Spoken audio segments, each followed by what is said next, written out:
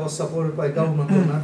But because of all these processes, civil society or NGOs even started like going through with their decisions by themselves. I mean, this is not only issue regarding Gaza, regarding Palestine, regarding Israel, but it's the same for Armenia. For example, the relationship with Armenia is mainly go through with NGOs, and I suspect there is strong the government support behind those like interactions, and same with Greece.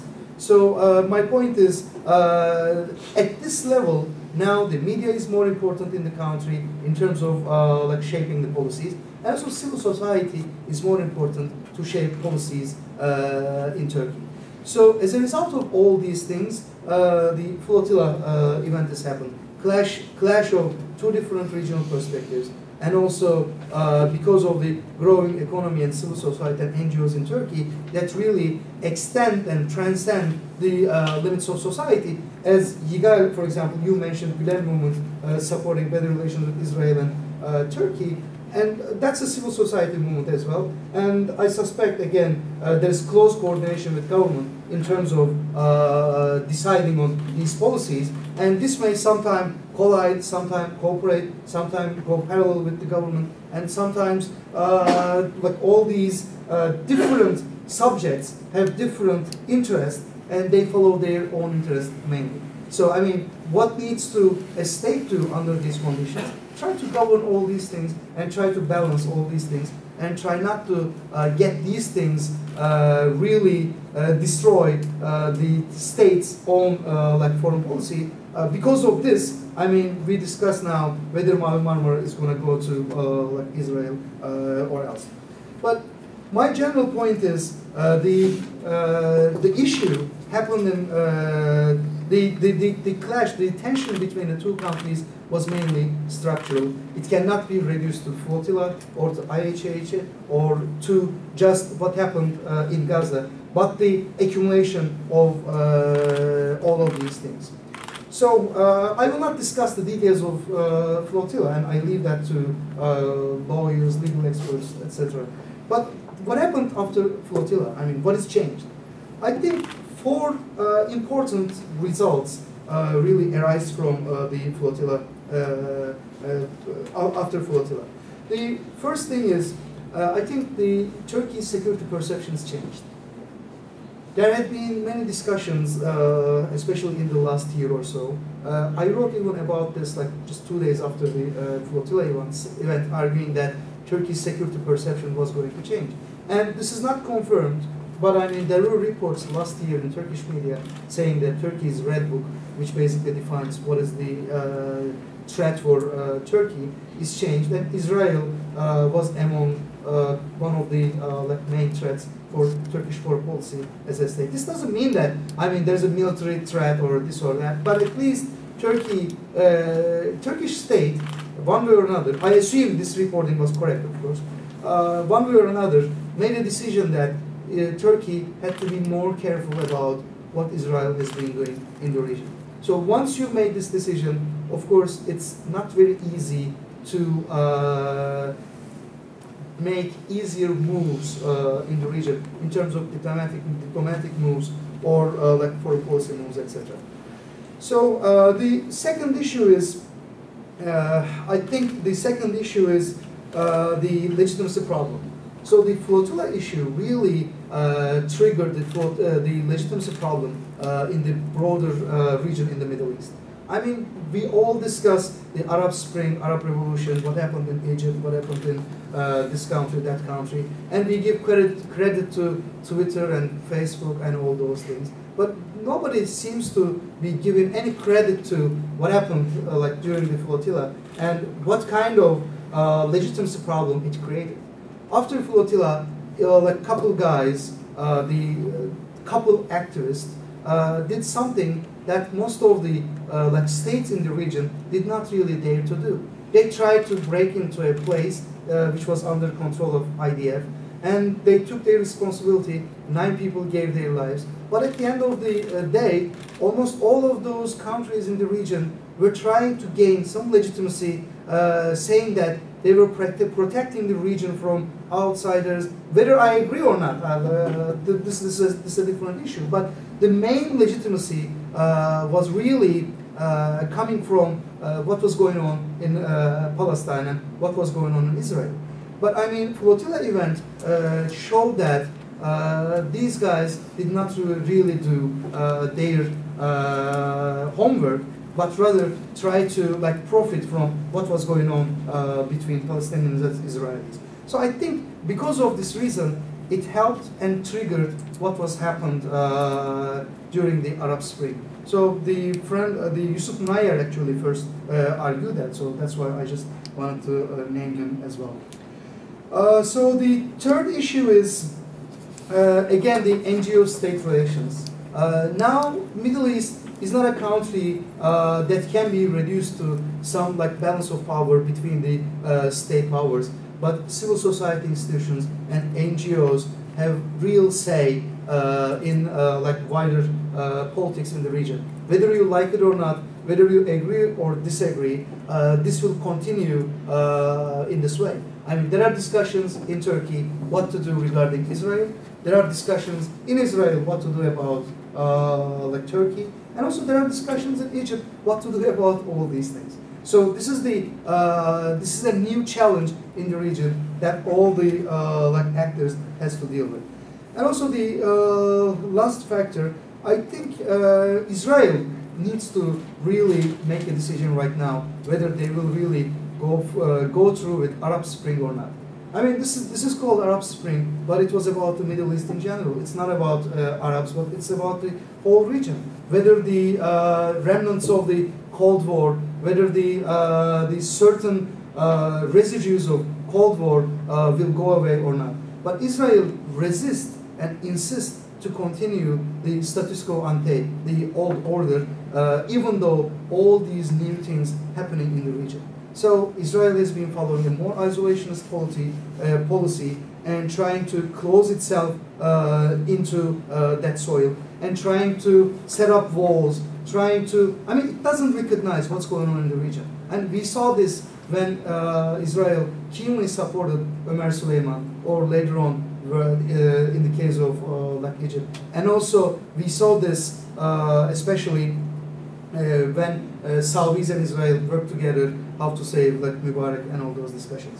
So I think Israel needs to make a decision if Israel wants to be part of this Arab Spring, and I think things will get more easier and better for everybody in the region. So before I finish, I want to just conclude with a couple questions.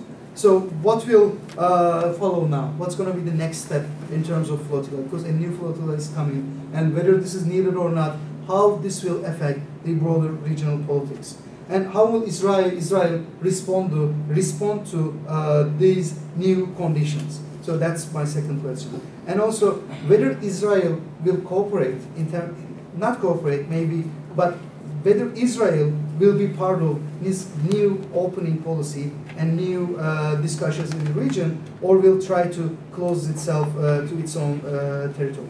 So I think Israel's decisions will really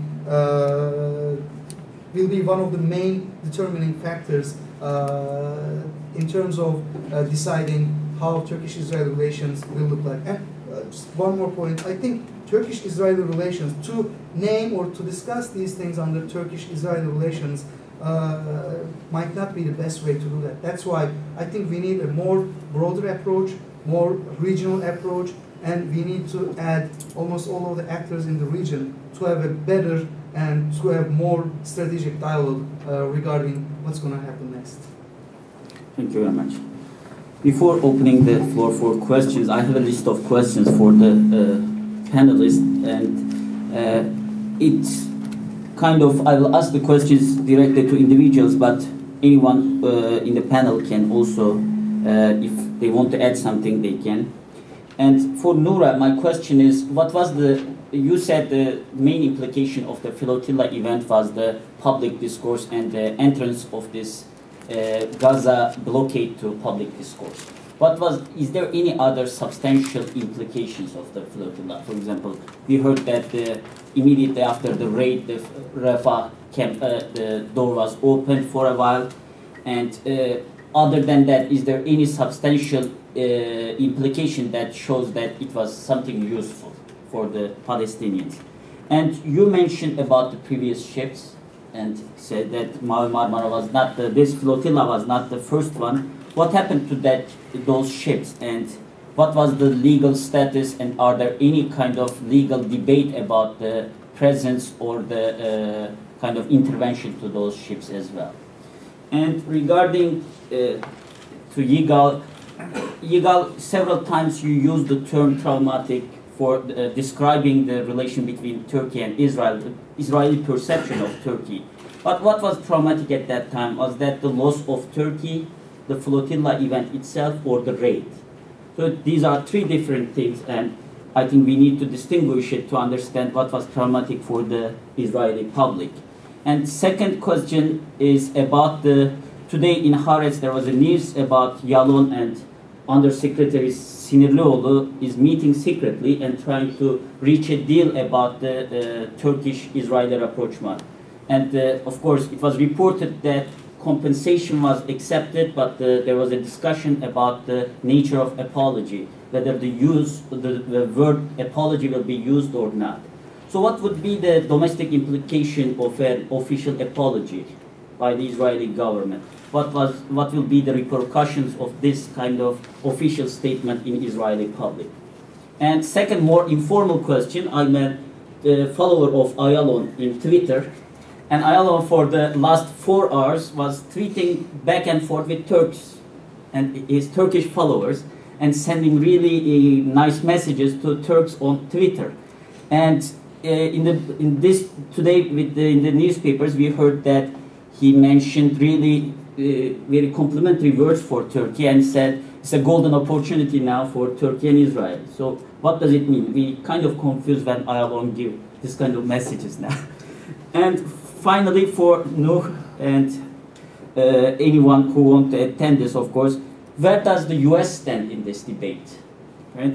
Israeli relation. Yesterday I was in a conference on Turkish foreign policy and U.S. and each and every participant spent at least 2 or 3 minutes of their time to relation with Israel and its indirect link to relation between Turkey and United States. And second thing is, how do Arab Spring now change this rebalancing in Turkey and Israeli relations? You kind of mentioned this, but what would be, for example, Turkey's now expectations from Israel to normalize, let's say, the relations? Thank you. You want to go first now, this time? Okay. Let me just start with U.S. Where does the U.S. stand? I think the Turkish-Israeli relations, that there is a third party to Turkish-Israeli relations, which is U.S. It's so obvious. I mean, it has been like this for a long time. And as I said, mainly because of the weapons acquirement, acquisition. The weapons acquisition, and because of like Turkey tried to really buy some weapons that were really prohibited by Congress. So, and the second reason was the ethnic lobbies in Washington D.C. because Turkey felt threatened, especially starting with 1970s. The Israeli lobby helped Turkey to get through and to fight against the Greek lobby and Armenian lobby in Washington D.C.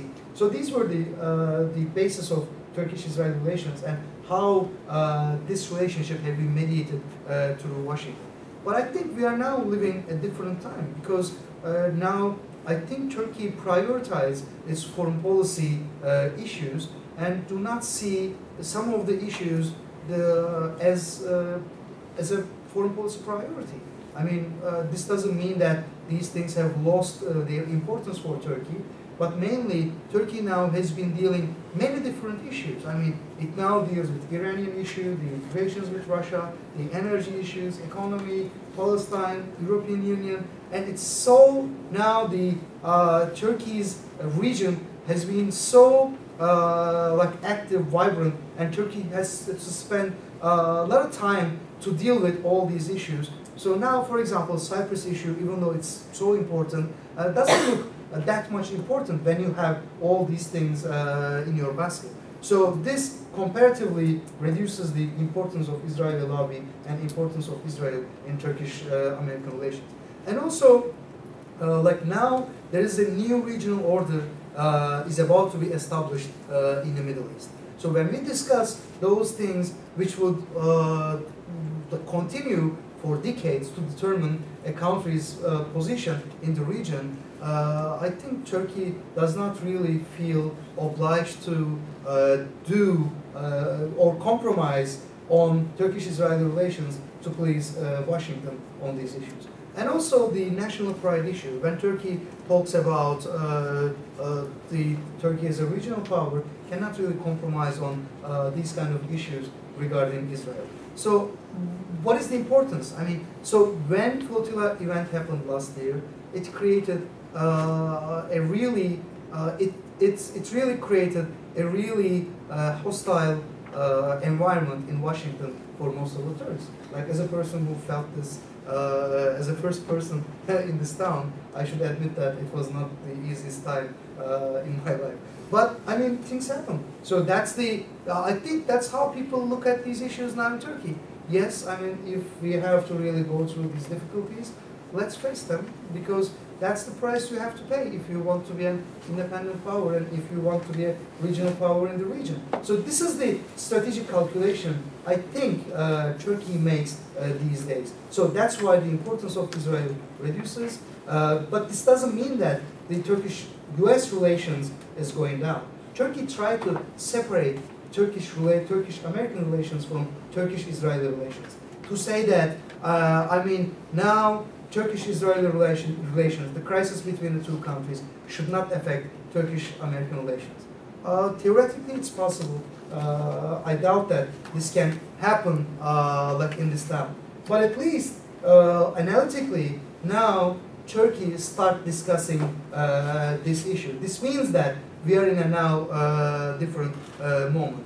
So, having said that, I think there's quite a pressure from Washington to have better relations with like Israel. But as I said, I suspect Turkey would go through with these pressures when Turkey's demands have not been like accepted by Israel. So what needs to be done to have to get better relations with Israel? I think Israel should recognize the new dynamics in the region and has to go forward with these policy issues. Other than that, I do not really buy that idea that, I mean, two diplomats came together and they just have a very nice time, good time, and they just shake hands and solve this problem and go home. No, I mean, these are real issues. These are issues on the ground. These are problems on the ground.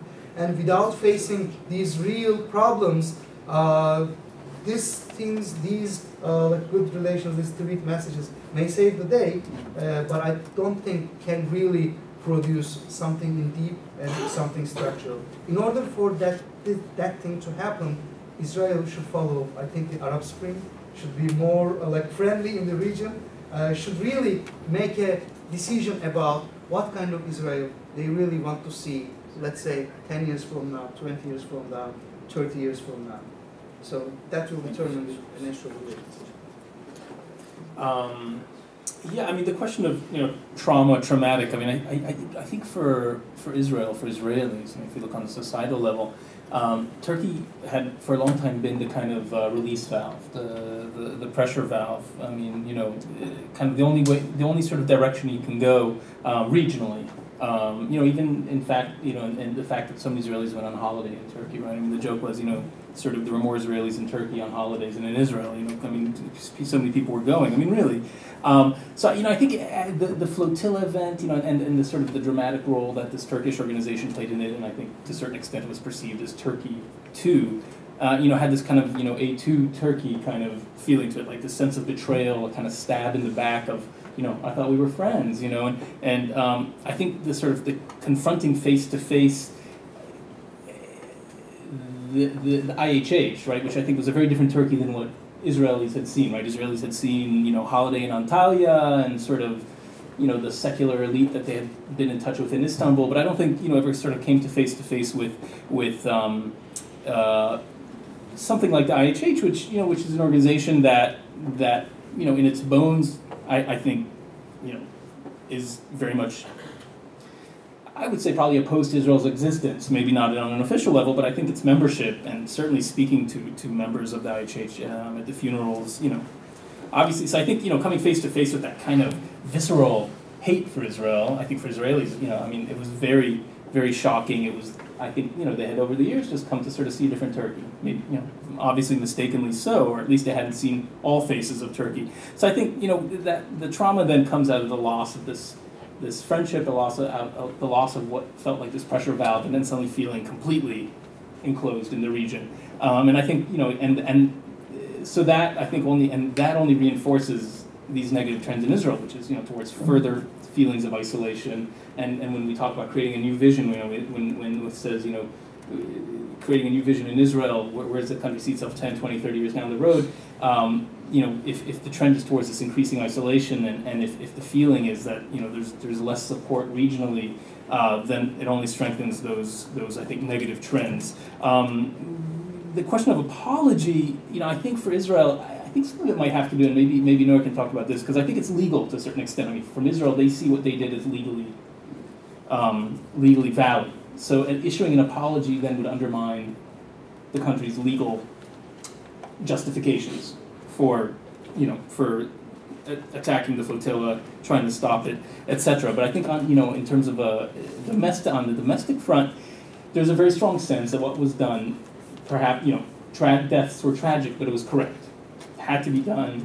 And I mean, I think there are very few voices domestically in Israel that sort of say, the blockade is wrong, attacking the flotilla is wrong. I mean, I think even among many of the more enlightened minds in the country, there is this sense of what was done was right, perhaps not horribly botched up, but correct. And I think issuing an apology then is very difficult. The formula may be there for some kind of sorrow, etc. But I think issuing an actual apology it would be too costly domestically for the government, and just would not have the kind of support that on the public level.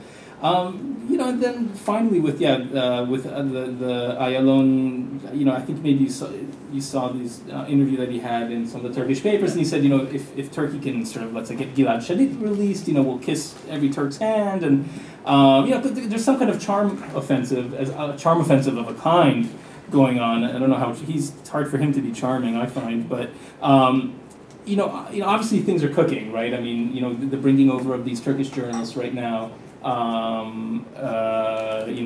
There was this effort to have this Israeli group, or this mixed Jewish-Palestinian, Jewish-Christian Arab Muslim group play in Istanbul. I mean, obviously there's efforts to kind of move things on different levels. But I think, again, it goes back to some of what Nuh said, and I think, what I said too. I think, there's these deeper fundamental, the incompatible visions right now between the two countries. I think the two governments too. There's such a level of distrust. The chemistry is so off that I just think it's going to be very hard, even with this kind of outreach from both sides right now. It's going to be very difficult to get back to a normal level.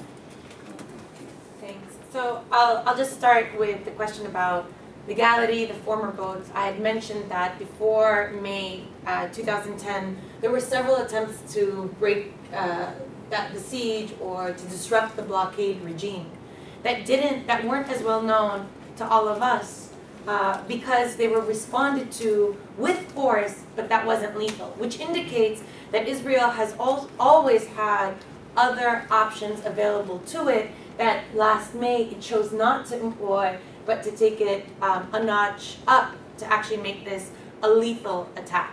And so just a little bit about the legal implications of whether or not these boats should sail. As far as the technicality of the flotilla in May, the legality of it was that Israel was at the time that its naval commandos actually boarded the Mavi Marmara, it was the boat, the IHH boat, was in international waters. meaning that Israel did not have the right to then board that in order to assert its self-defense. But even if it had entered into the sea space that Israel was controlling on Gaza's port, there is contention. If that is indeed a naval blockade, if the naval blockade is not legitimate to begin with, because this is occupied territory, does Israel have the same right to then, even in those waters where it does have jurisdiction, to invade the boat? Assuming that it did have that right, the question then becomes, does it have the right to use lethal force as it did, which raises a number of questions about the laws of war and laws of engagement, the means and methods of warfare. Should those civilians have been shot in their feet first, well, first the warning shots in the sky and then in their limbs, before the shots that were directly in their heads and in their chest, as autopsies have revealed? That these were, which then demonstrate the intentionality to murder the civilians who were unarmed at the time. And that is always prohibited pursuant to international law, given that they weren't armed, and therefore the right to shoot them fatally was not within Israel, did not belong to Israel. Now, whether or not that's true are the questions that have not been answered, primarily because of impediments that Israel has actually created in investigating the attacks. All the videos that were on board had been confiscated except for one which was smuggled out.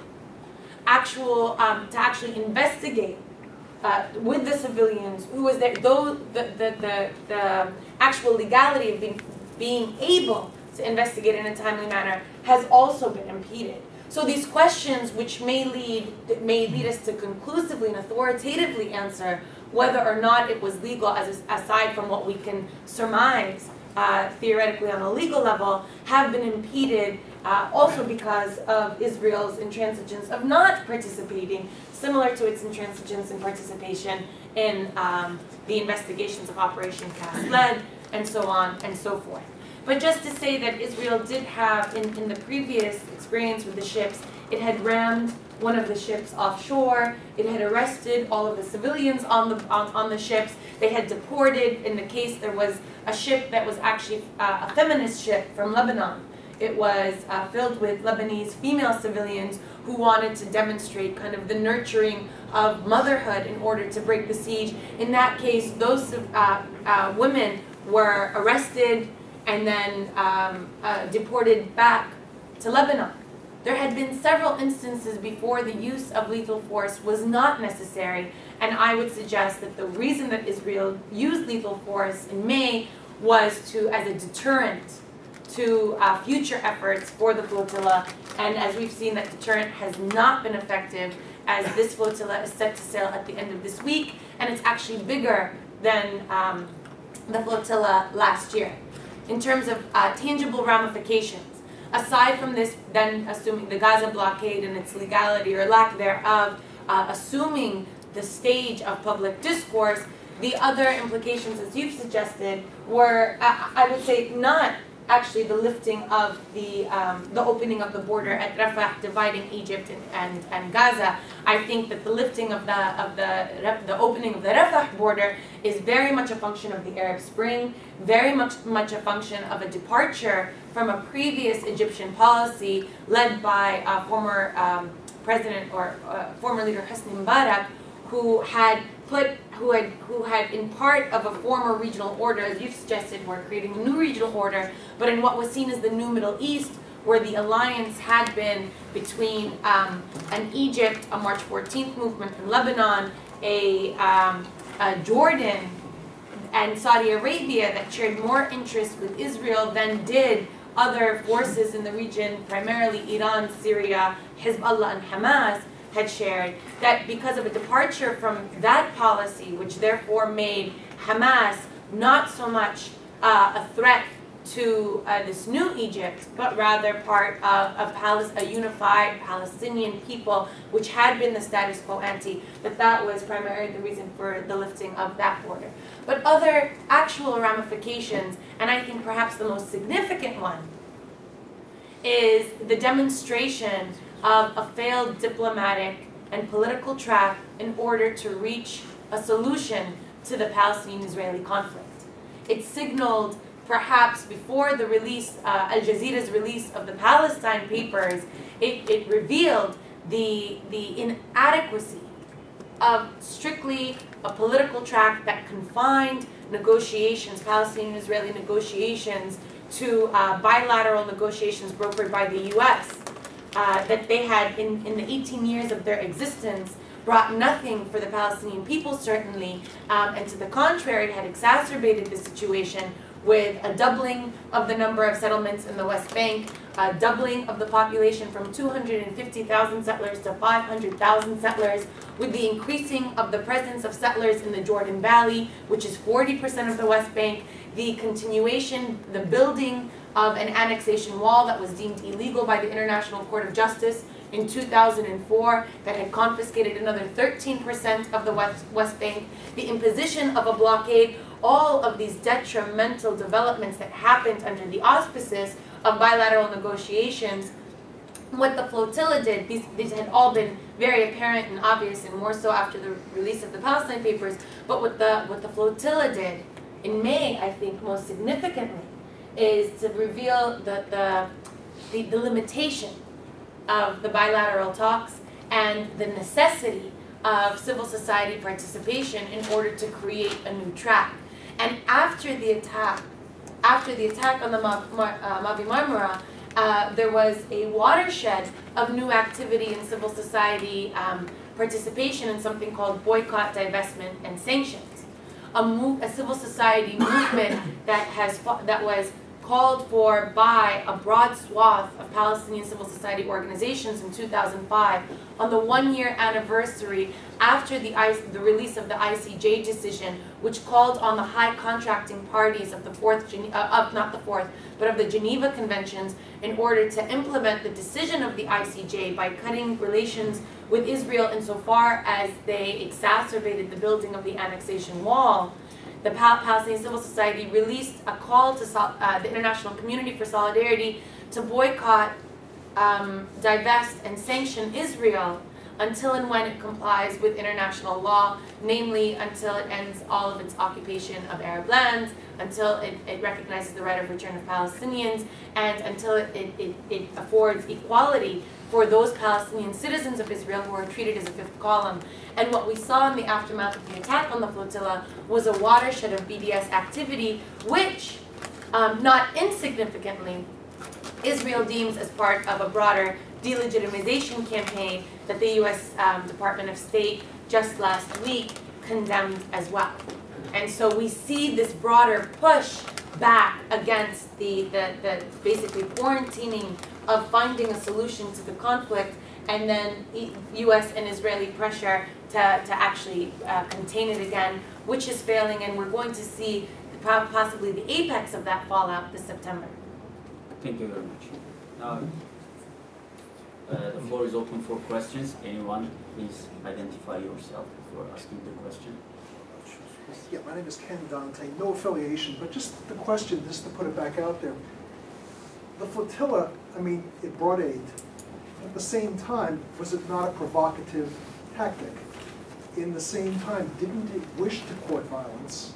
Because it does create something. Everything that happens in this world happens via the media. I mean, there isn't a cell phone, there isn't something that does not appear in the media. I feel a little bit, I realize my heart is with the people suffering through this, but at the same time, I feel somewhat manipulated by these actions on a mass stage. It's never just the action, it's sort of like, how is it manipulated for publicity? There's really a proxy war going on through everything. Propaganda, both sides, is part of this war. Framing things, both sides, is part of this war. Would someone comment on that? Because it's nuanced. I don't think it is so simple. I think even in this room, we discussed this back about a year ago, afterwards, or in a number of rooms this has been discussed. You want to go first? I mean, I'll take a look at that. I mean, I think a lot of this comes back to what both Noura and Nuh have been talking about, which is the involvement of civil society, and I think you know, this kind of emergence of civil society as a player, I think is really interesting. We're sort of, I think, you know, and particularly in Turkey, I think it's been very, very significant. It's sort of like a entrepreneurial civil society activity, and I think the IHH in particular has been very successful in doing that, in terms of you know, creating. I mean, spectacle might not be the right word, but really creating very dramatic.